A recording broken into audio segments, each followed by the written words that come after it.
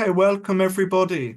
Today we're honoured to be joined by Kate Dineen, who's a remarkable teacher and ceremonialist and sacred activist who we've been privileged to work with before as Sacred Earth Activism, and whose work bridges indigenous wisdom and environmental activism. Kate is a shamanic healer, a rites of passage ritualist, and is a Nusta Paqo initiated by Kero Masters. She carries the teachings and inspirations of her mentor, Doña Maria Apaza, who has woven these indigenous traditions with the sacred landscapes of the UK, including in particular rivers, which is what we're here to talk about today. So today, Kate, we're asking to share a bit of your experience with river blessings, which is a real blend of spiritual practice and sacred activism, and explore these ceremonies in how they foster connection, personal growth, and ecological healing. And maybe even we'll get on to what messages rivers carry for us in these times of transformation.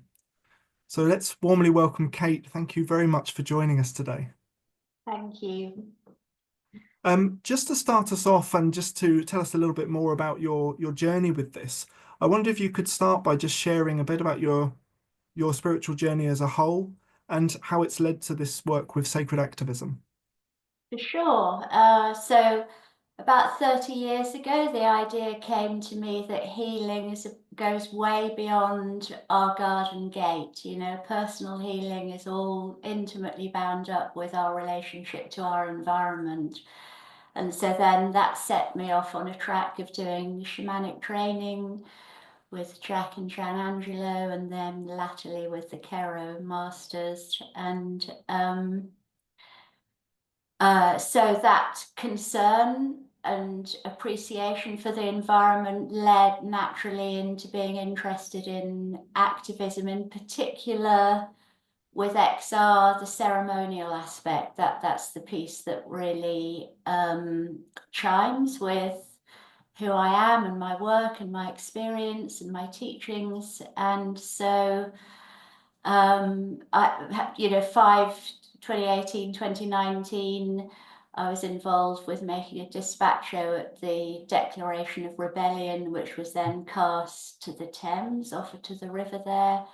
And in fact, later that day, a whale appeared in the river. And then on Waterloo Bridge in April 2019, on the Green Bridge, there's a photo of me calling the directions, talking to that, you know, facing the Houses of Parliament and talking about speaking truth to power.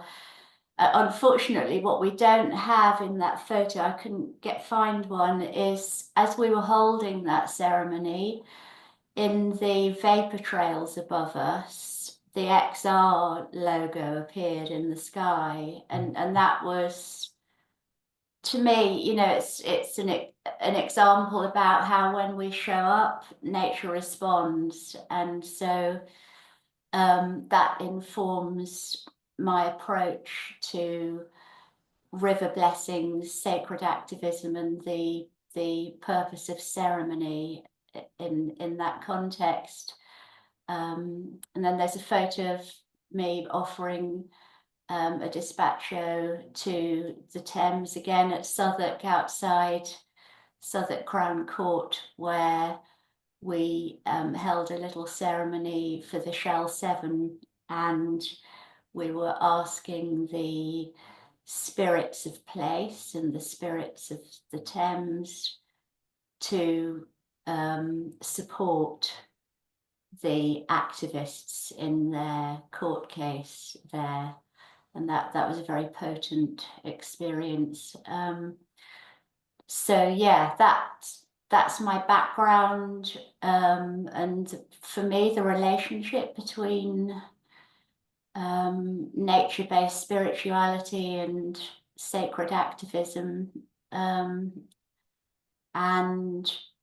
what led me into doing river blessings was Robert McNaughton got in touch with me a couple of years ago. He was about to become the mayor of Caen, and he and a group of local residents in Caen had formed various community voluntary groups looking after the river. And so it was a day of consciousness raising and celebration. And so I was invited to come along and do a river blessing as part of that bigger community day. And as it happened, Andrew Rumsby, who was the Bishop of Ramsbury, said that he would also like to be involved. So that was the beginning of this journey of bringing different traditions and mindsets together in service to water. Oh, that's fantastic. I love those examples of where you've woven ceremony with activism, and there's been forever a conversation with nature and spirits of nature throughout that, and how that brings to river blessings. Well, I've had the privilege of joining you on one of the river blessings where we were at Blickmead a couple of years back. But for those who haven't been along, what we've compiled is just a short selection of videos and photos, just so you can get a feel of the different river blessings that have happened and what goes on there. So here's just a short selection of those for you. We stand here connecting with this beautiful, beautiful water.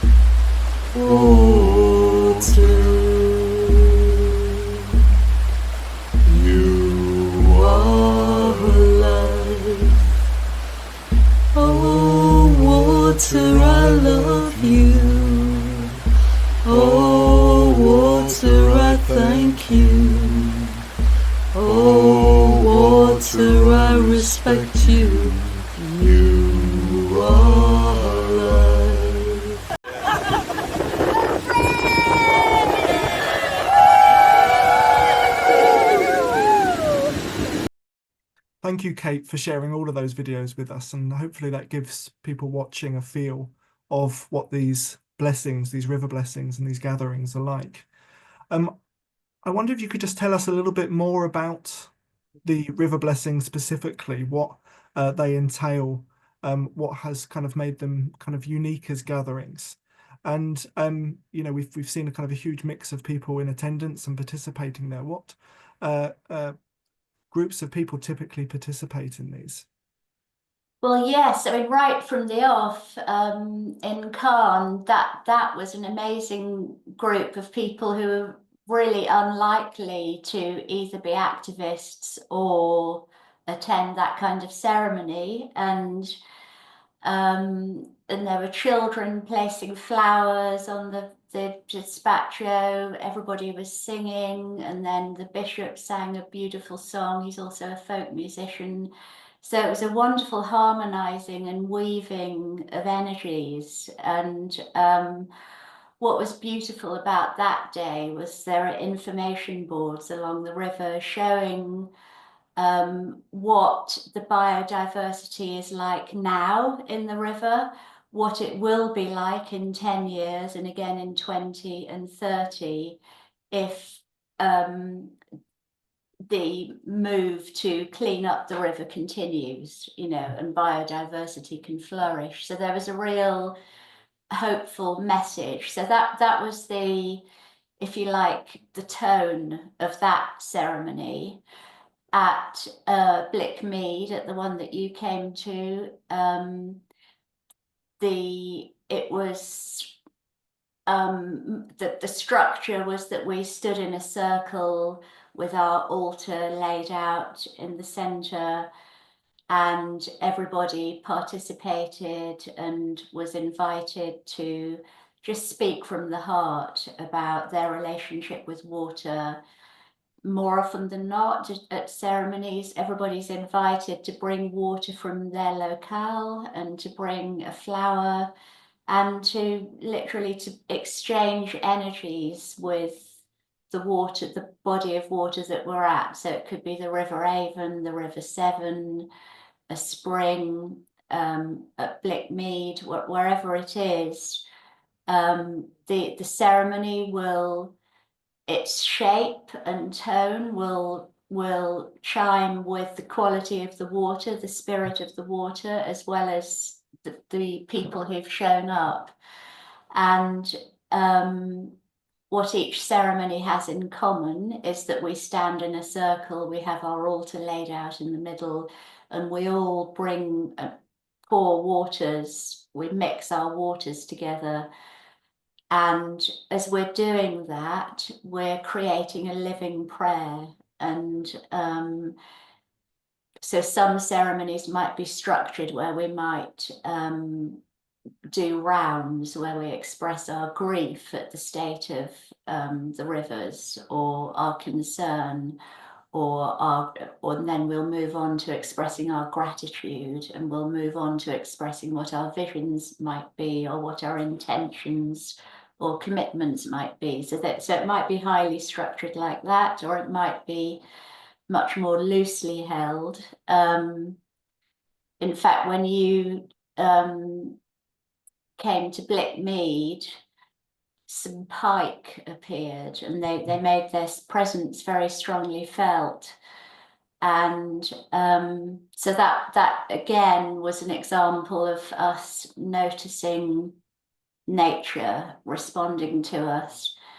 And so the kind of people that come, it's a real range. To these, specifically to the river blessings, Robert McNaughton, who invited me to begin with, he and I lead these I lead the ceremony, and he holds the space.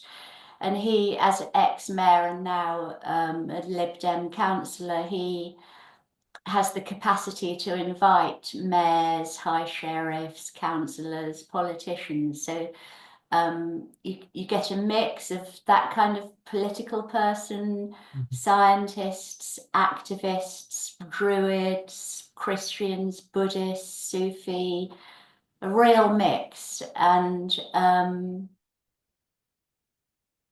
in a sense, what connects us all is our relationship with water, and the invitation to drop into a deeper connection with water.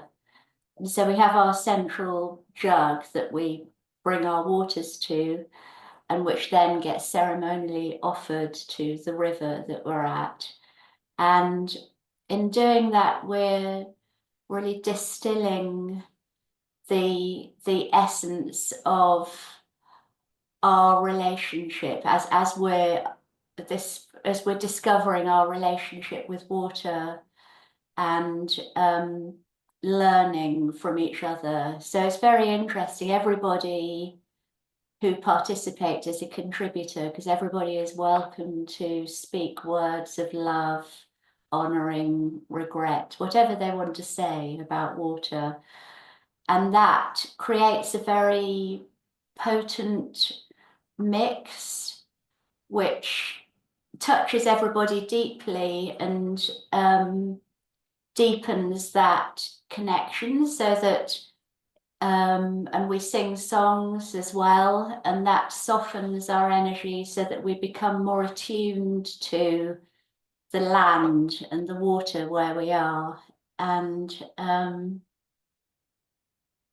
so it gives, so for example, I'm going to say some pagan people are quite anti-Christian, for example, and some Christians might be suspicious of some earth-based spiritual types. Some new agey types might not go anywhere near politicians. But in these river blessings, you get a mix of all of those. And so you get a harmonization of different energies coming together, and differences melt away with the water, with the influence of the water. And so, in a sense, it's this type of ceremony, my experience of it, because we've been doing it for 2 years now, as it's growing, is that it's offering an experience of what the Hopi and Kero, when they came together, they talked about the meeting of the condor and the eagle. And they said that when they fly together, there will be peace on earth. And to that, I would add the raven of this land. So that metaphor of these great birds coming and flying together, I see the seeds of that potential in this kind of gathering, where people who are unlikely to come together do, in service to water. Oh, that's really beautiful how you explain that. I mean, I have seen it kind of there at the ones I've attended. And the way you describe it really reflects, I mean, you will have seen kind of one of the key quotes and kind of key parts of our mission within Sacred Earth Activism is looking at these points of intersection. And we see kind of that intersection between people who are active and people who are spiritual, with that Van Jones quote of, it is kind of, the importance is for people who are active to become spiritual and spiritual to become active. And it's in those people where the kind of the future of humanity or the future of the planet rests. And what you described there kind of beautifully kind of exemplifies that, of people of all different backgrounds coming together. And in that space, through that kind of ritual and ceremonial form and space, can be kind of in conversation with the river. And I mean, it's a bit of a cliche term, go with the flow, but kind of just allowing that to kind of to move and to move them. So it's beautifully put.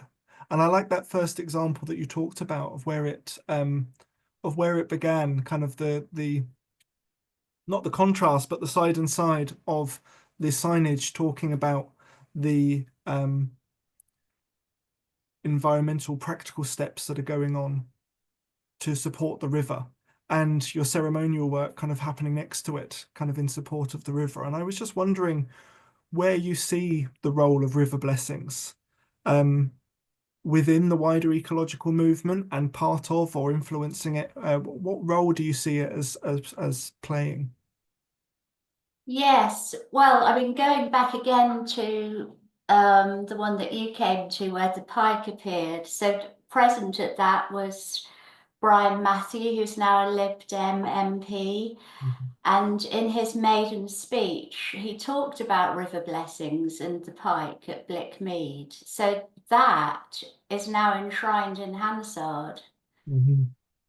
So that, I think that multi-layered approach can reach out in all sorts of ways that you might not intend or anticipate. And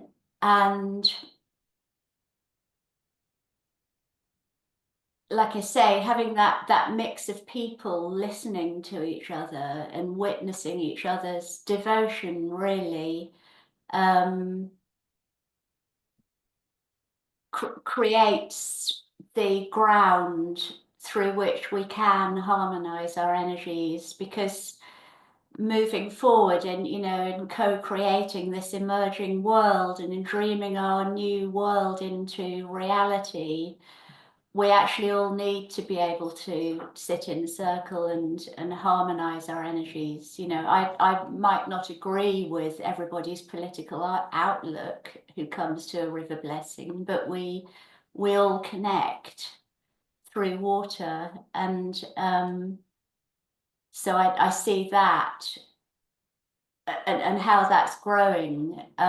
So my vision and hope as this grows and more people become aware of it through social media and conferences like this, is that wherever people are in the country, they'll see that it's quite a simple structure, and that, you know, they can do it wherever they live in the country, and can I mean, we are being invited to different places by the mayors of different towns, but actually people can do it that hopefully watch the videos and think, oh, I could do that where I live. And so the more groups there are in local communities creating these river blessings, the more that enchants the land, and the more that gives us the opportunity to come into a more soulful relationship with the earth and the water. And I'm just minded to quote W.B. Yeats, who said, "The world is full of magic things, patiently waiting for our senses to grow sharper." Mm-hmm. And I really do see that when we come together in ceremony, that people just drop into a softer connection. And I've noticed within myself that we've been doing it for 2 years now, that it's made changes within me. So there's a photo of the source of the Thames, which is, there are a few sources, but this one is near Kemble. And at Beltane last year, a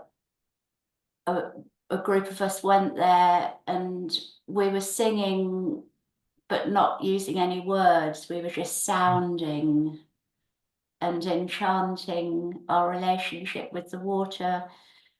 And we took it in turns to take off our shoes and socks and get in. And when I went in, it was the most extraordinary experience that I couldn't possibly have anticipated, where I was just crying in a way that I never normally do. It was just this unnameable grief was pouring out of me. And I felt like a portal opened up, that I was some very profound transformation took place. And my partner, who also comes to these, he could see light sparkling on the water. So what I'm saying is that when we show up, magic can happen.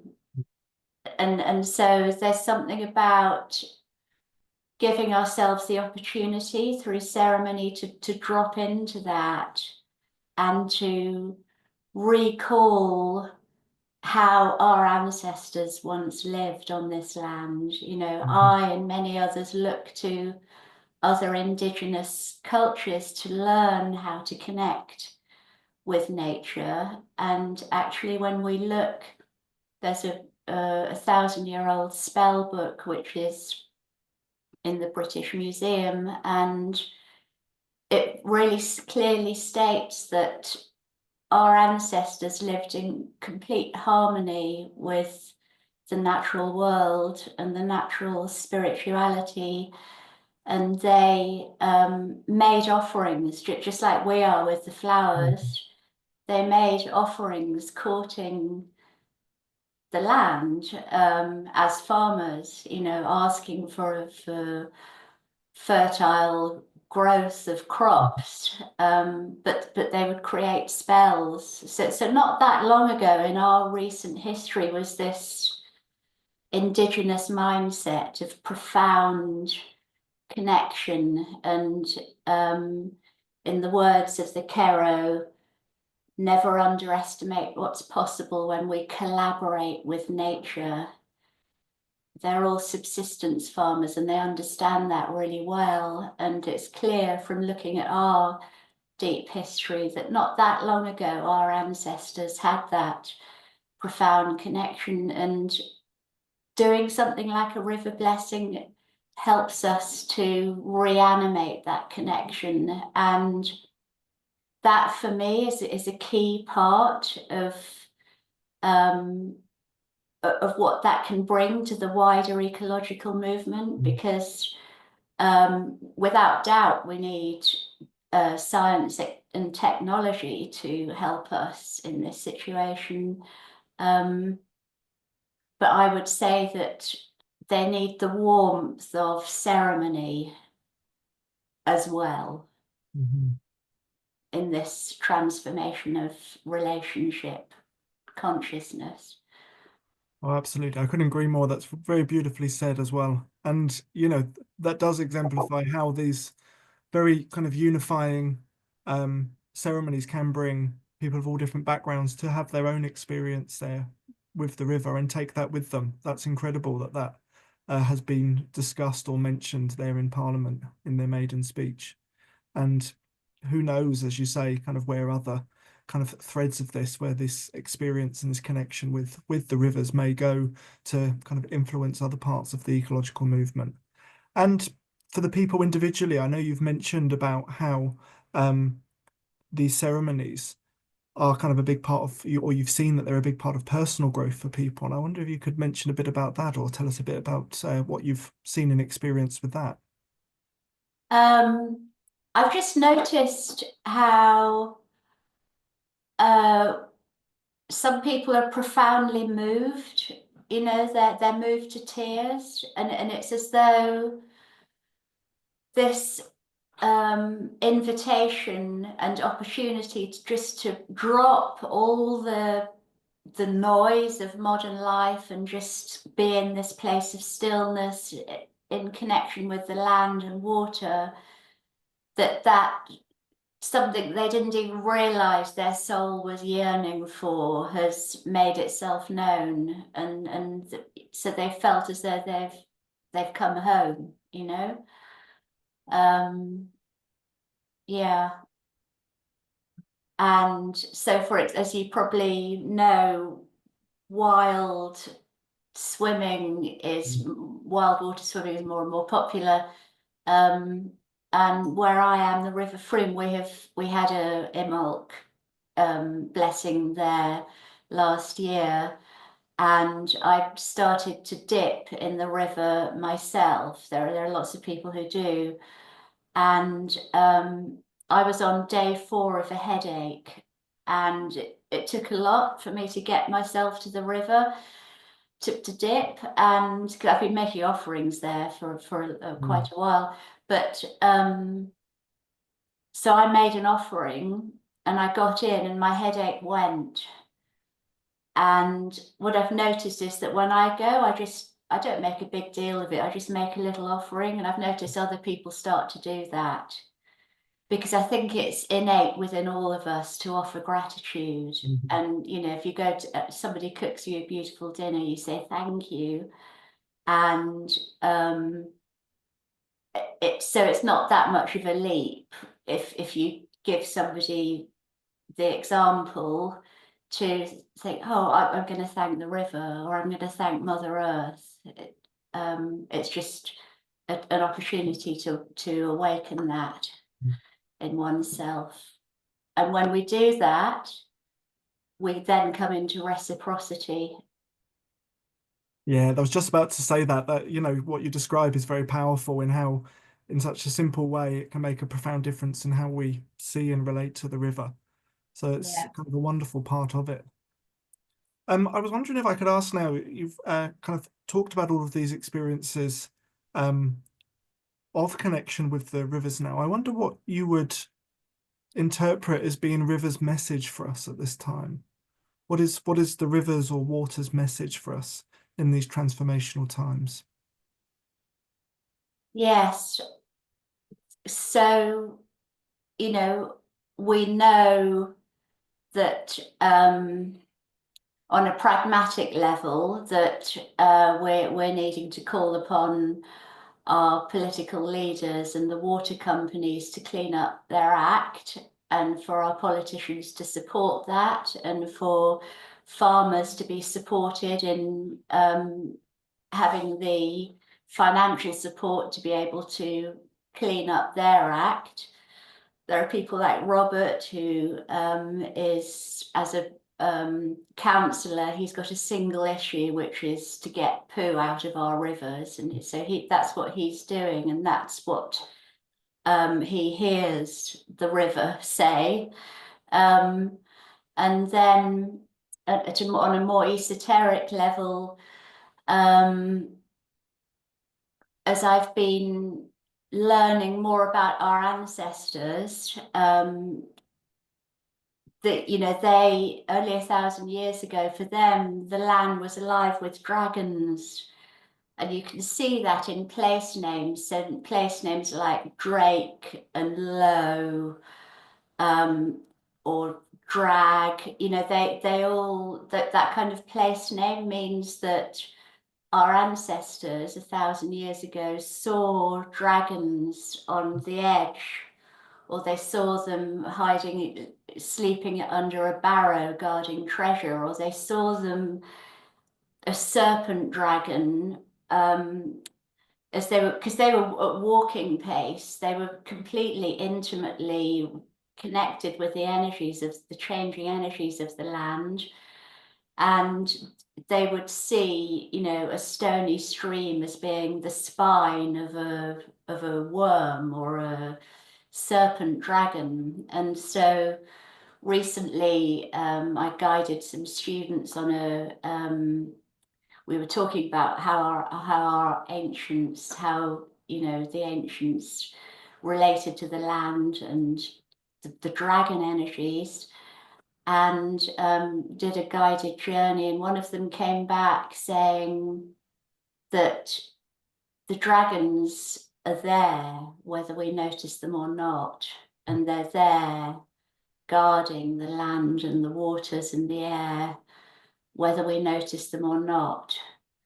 And so that isn't that, as well as river blessing, that's an example of coming together collectively and dreaming and seeing what emerges. And so in that instance, that message came back, that came out of the collective.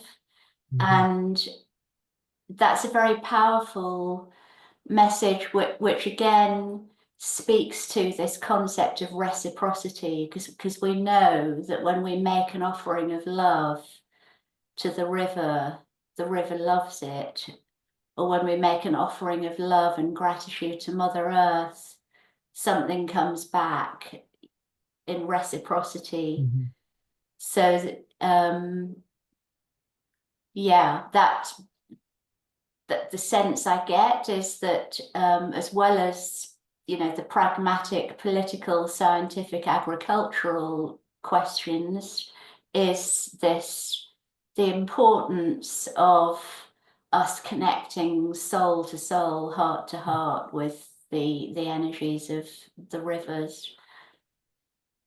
Yeah, powerful message there, kind of about the living spirit of the land and the waters. And, you know, lovely that with the river blessings work that you do, you allow people to connect with and experience that in their own way and kind of find that, build that connection and sense into that aliveness of the land.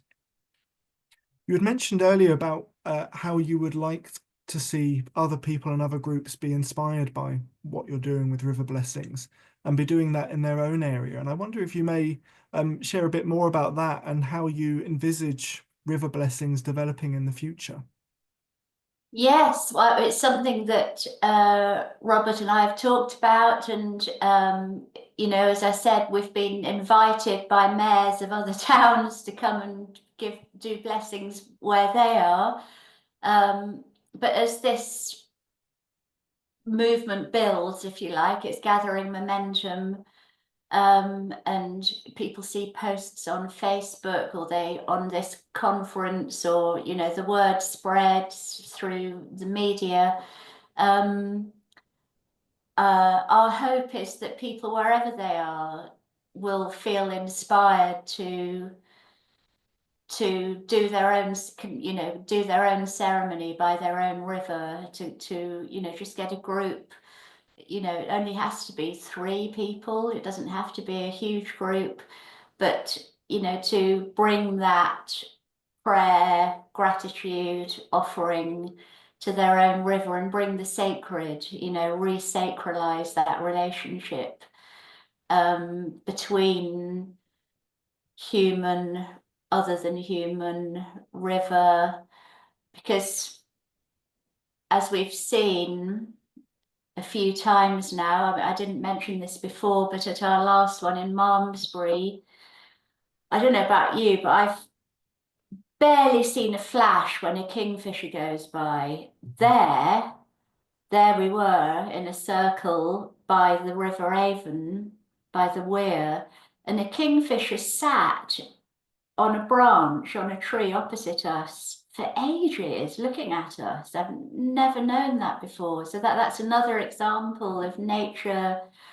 responding. And so I guess that's another message back from the rivers, that when we show up and we're vulnerable and we're willing to really deeply listen, that we get these signs saying, oh, you know, thank goodness. And as we know, you know, there are so many other more than humans who rely on the rivers for their life. And so that's obviously, we haven't talked about that extremely important aspect of the health of the rivers and the importance of that for all the life forms that rely on rivers. But so yeah, clearly around the country there are lots of volunteer groups coming together to clean up the rivers, which is fantastic, and it does look like it needs to happen from the roots up, from the ground up. So bringing that ceremonial aspect, if people are inspired to do that, then I think that just brings another dimension to it, which expands the experience. Well, that's fantastic. And I really hope from all of those people who see this and who see the work that you're doing, that they are inspired, that they can bring together groups that are so open and inclusive as the ones that you've been bringing together, so everybody can have their own experience of the magic kind of that relationship within those spaces. And as you say, we don't know kind of the threads that might lead on to that are unseen, but hopefully that will help bring about important environmental healing and healing of our relationship with the land. So thank you so much, Kate, for sharing with us on this interview about the work with River Blessings. And yeah, we look forward to hearing more in the future with you. Thank you very much for the opportunity to reflect on what has been happening for the last couple of years. And for all the work that Sacred Earth Activism does, and you know, so thank you very much for the opportunity. Thank you.